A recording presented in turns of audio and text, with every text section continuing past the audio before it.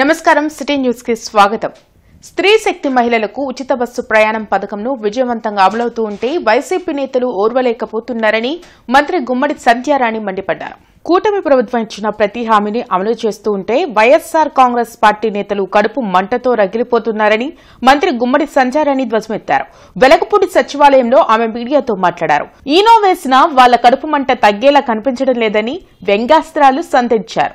మహిళలకు రాష్ట్ర వ్యాప్తంగా ఉచిత ఆర్టీసీ బస్సు ప్రయాణం విజయవంతంగా అమలవుతుంటే వైసీపీ నేతలు మాత్రం తప్పుడు ప్రచారం చేస్తున్నారని చెప్పారు. స్త్రీ శక్తి పథకం అమలుపై ఒక్క వైసీపీ తప్ప ఏ రాజకీయ పార్టీ కూడా విమర్శలు చేయడం లేదని అన్నారు. ఇకనైనా మాజీ సీఎం జగన్ తన తీరును మార్చుకోకుంటే భవిష్యత్తులో ఇప్పుడు వచ్చిన సీట్లు కూడా రావని మంత్రి సంధ్యారాణి వ్యాఖ్యానించారు. ఫ్రీ బస్ ఇస్తే మహిళలందరికీ కూడా కానుకిచ్చినట్టు అవుతుంది అని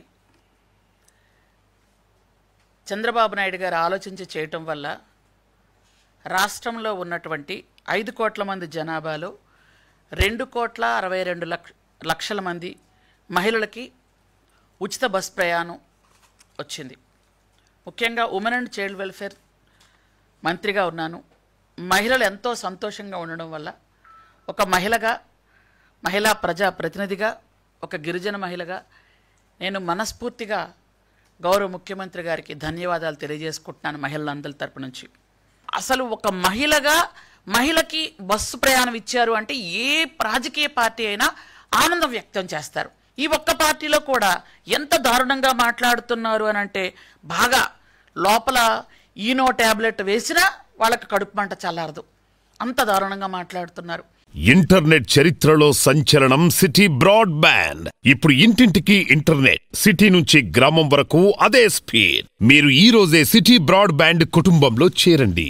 అసెంబ్లీ ఆవరణలో నిర్మాణంలో ఉన్న అదనపు భవనాన్ని మంత్రి నారాయణ పరిశీలించారు.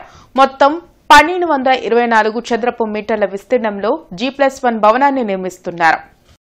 గ్రౌండ్ ఫ్లోర్ లో media point, dining room, kitchen ఏర్పాటు చేయనున్నారు. మొదటి అంతస్తులో 16 ఛాంబర్లు, వెయిటింగ్ హాల్, సర్వర్ రూమ్ నిర్మిస్తున్నారు. పనులు జరుగుతున్న తీరును అధికారులను అడిగి మంత్రి నారాయణ తెలుసుకున్నారు. Assembly secretary general Prasanna Kumar, MLA Kamineni Srinivas మంత్రితో ఉన్నారు.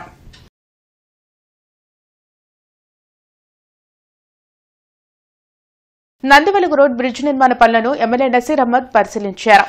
పనుల తీరును అధికారులను అడిగి తెలుసుకున్నారు. నాణ్యతా ప్రమాణాల్లో ఎక్కడా రాజీ పడవద్దని అధికారులకు ఎమ్మెల్యే సూచించారు. చెప్పిన గడువులోగా బ్రిడ్జ్ నిర్మాణంను కాంట్రాక్టర్ పూర్తి చేసేలా చూడాలన్నారు. మాజీ డిప్యూటీ మేయర్ గౌస్, జాగర్లమూడి శ్రీనివాసరావు తదితరులు పాల్గొన్నారు.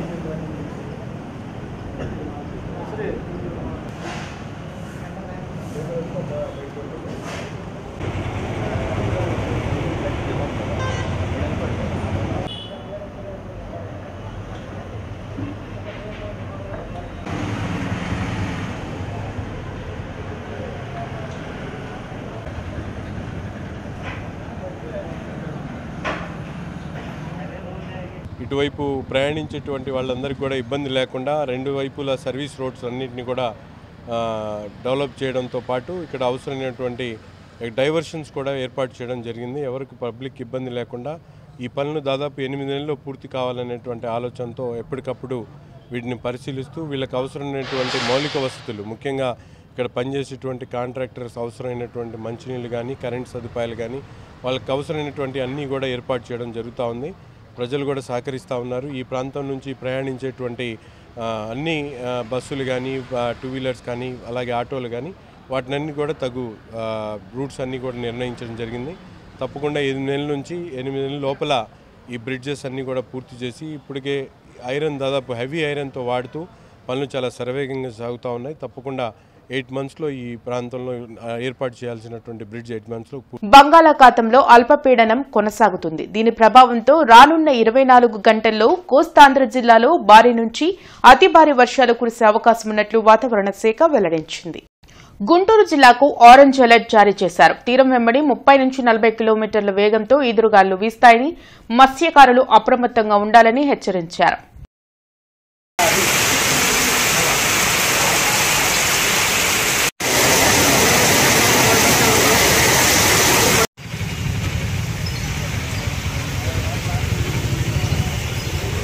కలెక్టరేట్లో ప్రజా సమస్యల పరిష్కార వేదిక కార్యక్రమం జరిగింది. జిల్లా నలుమూలల నుంచి వచ్చిన బాధితులు తమ సమస్యలు పరిష్కరించాలంటూ డీఆర్ఓ కాజావలికి వినతులు అందించారు.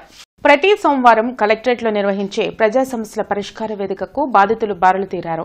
ఫిర్యాదులను జిల్లా ఉన్నతాధికారులు స్వీకరించారు. ఆయా సమస్యల పరిష్కారంకు తగు చర్యలు తీసుకుంటామని భరోసా కల్పించారు. పాతగుంటూరులో చినరాములు వారి మందిరం నిర్మాణాన్ని తుంగా విజయమోహన్ అడ్డుకుంటున్నారని గుడి కమిటీ సభ్యులు తిమ్మిశెట్టి నాగేశ్వరరావు ఫిర్యాదు చేశారు. జిల్లా కలెక్టరేట్లో జూనియర్ అసిస్టెంట్ ఉద్యోగాలు ఇప్పిస్తామని పండిట్ నాగార్జున మోసం చేశారని నర్సీపట్నంకు చెందిన చిరంజీవి ఫిర్యాదు చేశారు. 3,70,000 తీసుకుని జాయింట్ కలెక్టర్ సంతకం ఫోర్జరీ చేసి అపాయింట్మెంట్ లెటర్ ఇచ్చి మోసం చేశారని ఆవేదన వ్యక్తం చేశారు. నాగార్జున ఎంతో మందిని ఉద్యోగాల పేరుతో మోసం చేశారని తనకు న్యాయం చేయాలని వేడుకున్నారు. గుంటూరు జిల్లాలోని పండిట్ నాగార్జున వ్యక్తి ఉద్యోగం ఇప్పిస్తానని చెప్పి 3,70,000 తీసుకున్నాడు. తీసుకొని డబ్బులు అడుగుతుంటే చంపుతానని చెప్పి బెదిరిస్తాడు. అలాగని చెప్పి గ్రీవెన్స్లోని అర్జీ పెట్టడం జరిగింది. అదేనా ఎస్పీ గారు గుంటూరు నగరపాలెం స్టేషన్కి పంపించారు. అక్కడికి వెళ్ళి అడిగితే ఎంక్వైరీ చేస్తే వాళ్ళని చెప్పి తప్పు ఒప్పుకున్నారు. ఒప్పుకున్న తర్వాత ఒక టైం పెట్టారండి. ఆ టైంకి ఇచ్చేస్తానని చెప్పి ఆ టైంకి మళ్ళీ లాయర్ని తీసుకుని వచ్చి స్టేషన్ అధికారులతో మాట్లాడుకున్నారు వాళ్ళు. అప్పటి నుంచి నాకు అక్కడ సరిగ్గా స్పందించడం లేదు. ఇలా ఫోన్ చేస్తే ఎస్ఐ గారితో మాట్లాడిస్తానని చెప్పి చెప్తాను. ఇప్పుడు కూడా ఫోన్ చేస్తే ఎస్ఐ గారు లేరు కదా, ఎస్ఐ గారితో మాట్లాడాలి, నేను మాట్లాడిన తర్వాత చూద్దాం అని చెప్పి అంటాను. అంతేగాని ఇస్తానని చెప్పి చెప్పట్లేదు. నా దగ్గర 3,70,000 అండి. జూనియర్ అసిస్టెంట్ జాబ్ ఇప్పిస్తానని చెప్పి 3,75,000 తీసుకున్నాండి. 1,10,000 ఫోన్పే సార్, మిగిలిందేనా క్యాష్ అండి. అక్కడ శంకర 4 సందులో తీసుకున్నాడండి. కలెక్టరేట్ కార్యాలయం తీసుకున్నాడు డబ్బులు. రామ్ మందిరమే ఉంది. అక్కడ మళ్ళీ దాన్ని రీమోడల్ చేయాలని చెప్పి అక్కడ స్థానికులు సంకల్పం చేస్తే ఆ గుడి పక్కనే స్థలం ఒక అతను మామూలుగా ఇబ్బంది పెడుతున్నాడు. ఈ గుడి స్థలంలో నా స్థలం కూడా కలిసిందని అని ఇబ్బంది పెడుతున్నాడు. కాస్త దానికి మామూలుగా అతను ఎండోమెంట్లో పనిచేసే మనిషి మళ్ళీ అది ఆయనకి కలిసి రాలేదంటాడు. మామూలుగా ఆ నీడబడిద్ది అని అంటాడు. నీడబడకుండా చేద్దాం, నీకు ఇబ్బంది లేకుండా, నీకు నష్టం లేకుండా చేద్దాం, నువ్వేం మాకు పరావిడివో లేకపోతే పగోడివో కాదు, మేము చేయాల్సింది మేము చేస్తాం. అది రాములవారి మందిరమే కడుతున్నాం. అది ఇంటర్నెట్ చరిత్రలో సంచలనం సిటీ బ్రాడ్బ్యాండ్. ఇప్పుడు ఇంటింటికి ఇంటర్నెట్, సిటీ నుంచి గ్రామం వరకు అదే స్పీడ్. మీరు ఈ రోజే సిటీ బ్రాడ్బ్యాండ్ కుటుంబంలో చేరండి. సిపిఐ జిల్లా మహాసభలు 2వ రోజు జరిగాయి. కొత్తపేట మల్లెలింగం భవన్లో ముఖ్య నాయకులతో సమావేశం నిర్వహించారు. సిపిఐ రాష్ట్ర సహాయ కార్యదర్శి ముప్పాల నాగేశ్వరరావుతో పాటు జంగాల అజయ్ కుమార్, అరుణ్ కుమార్ ఇతర నాయకులు పాల్గొన్నారు. కేంద్ర రాష్ట్ర ప్రభుత్వాలు ప్రజా వ్యతిరేక విధానాలను అవలంబిస్తున్నాయని, వాటిని అడ్డుకునేందుకు సిపిఐ పోరాటాలను ఉధృతం చేయాలని ముప్పాల నాగేశ్వరరావు సూచించారు. భారత్కు చెందిన ఎంతో మంది మేధావులు ఇతర దేశాలకు వలసలు వెళ్లడం శోచనీయమని, కుల మత రాజకీయాలతో ప్రజలను బీజేపీ రెచ్చగొడుతుందని ధ్వజమెత్తారు. కమ్యూనిస్ట్ పార్టీ అభ్యర్థి ఇవాళ దిశలైతే దేశాధ్యక్షుడయ్యాడు కదా.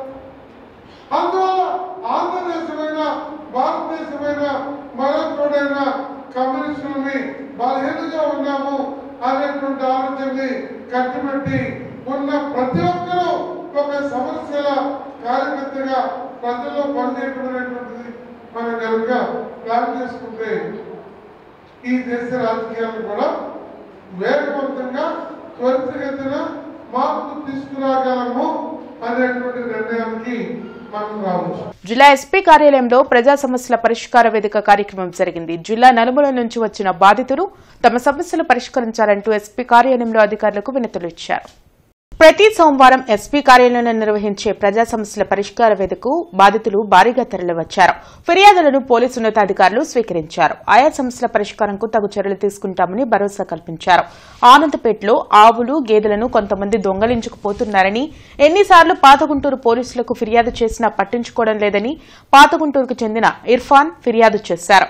కొండయ్య కాలనీలో పోలేరమ్మ తల్లి గుడి తీసివేయాలంటూ చంద్రశేఖర్ బెదిరిస్తున్నాడని గుడి నిర్వాహకురాలు సునీత ఫిర్యాదు చేశారు. 5,000 పేరు చెప్పారు. మీరు ఎలా తీసుకుని స్కార్పియోలో తీసుకుని వెళ్తున్నాం అన్నారు. స్కార్పియోలో ఎలా తీసుకున్నారని సీఏ గారు ఇలా స్కార్పియోలో ఎలా తీసుకుని వెళ్ళారని ఆయన అంటే ఏం లేదు సార్, ముందు సీట్లు ఉంటాయి, వెనక సీట్లు అని మొత్తం మేము తీస్తాం, దాంట్లో ఎక్కించుకుని హైదరాబాద్కి తీసుకుని వెళ్ళి అమ్ముకున్నాం అని చెప్పారు. ఇది 7 సార్లు జరిగింది సార్. అలాగే 7 సార్లు ఆల్రెడీ చాలాసార్లు కంప్లైంట్లు ఇచ్చా, 7 సార్లు ఎఫ్ఐఆర్లు అయి ఉన్నాయి. 7 సార్లు ఉన్నాయి వాళ్ళ మీద కేసు. పాతగుండ స్టేషన్లోనే పట్టించుకోవట్లేదు. సరిగా వాటి మీద ఫోకస్ చేయట్లా. పోలీసులు వాళ్ళు గట్టిగా చర్యలు తీసుకుంటే రెండోసారి రిపీట్ కాకుండా ఎటువంటి మార్పులు లేదు వాళ్ళకి. 7 కేసులు పెడితే కూడా మళ్ళీ కొత్తగా అదే పని చేస్తారు. రాత్రి 1:30 3 మనకి తీసుకెళ్ళిపోతాయి. మనే కాదు, రైతులు దున్నగుర్రలు కానీ బర్రెలు కానీ ఎడ్లు కానీ ఏదైనా కానీ వాళ్ళకి జీవాలు కావాలా తీసుకుని అమ్మేది. వాళ్ళకి అదే పని అయిపోయింది. అందుకోసం ఈసారి అదే రెండోసారి రిపీట్ కాకుండా వాళ్ళ మీద కఠిన చర్యలు తీసుకుని మనకు అందరికీ 20 మంది వరకు రైతులు బేరగాళ్ళు ఉన్నారు సార్, వాళ్ళకి న్యాయం చేయాలని కోరుతున్నాం. అక్కడ చిన్న గుడి అమ్మవారిది గతంలో కరోనా టైంలో పెట్టుకున్నామండి.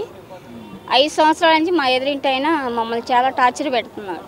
ఇబ్బంది పెట్టి గుడి తీసేయాలని కంప్లైంట్ల మీద కంప్లైంట్లు.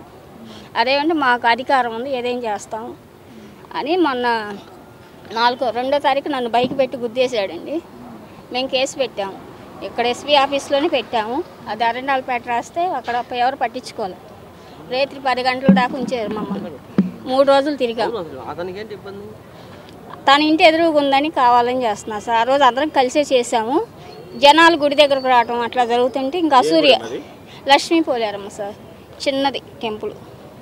ఇప్పుడు అది తీసేయాలని తను పెట్టాడు. వల్లగాక ఇప్పుడు ఇంటర్నెట్ చరిత్రలో సంచలనం సిటీ బ్రాడ్బ్యాండ్. ఇప్పుడు ఇంటింటికి ఇంటర్నెట్, సిటీ నుంచి గ్రామం వరకు అదే స్పీడ్. మీరు ఈ రోజే సిటీ బ్రాడ్బ్యాండ్ కుటుంబంలో చేరండి. ఇవి ఇప్పటివరకు ఉన్న వార్తా వివరాలు. మరికొన్ని వార్తా విశేషాలతో మళ్ళీ కలుద్దాం. అంతవరకు సెలవు. నమస్కారం.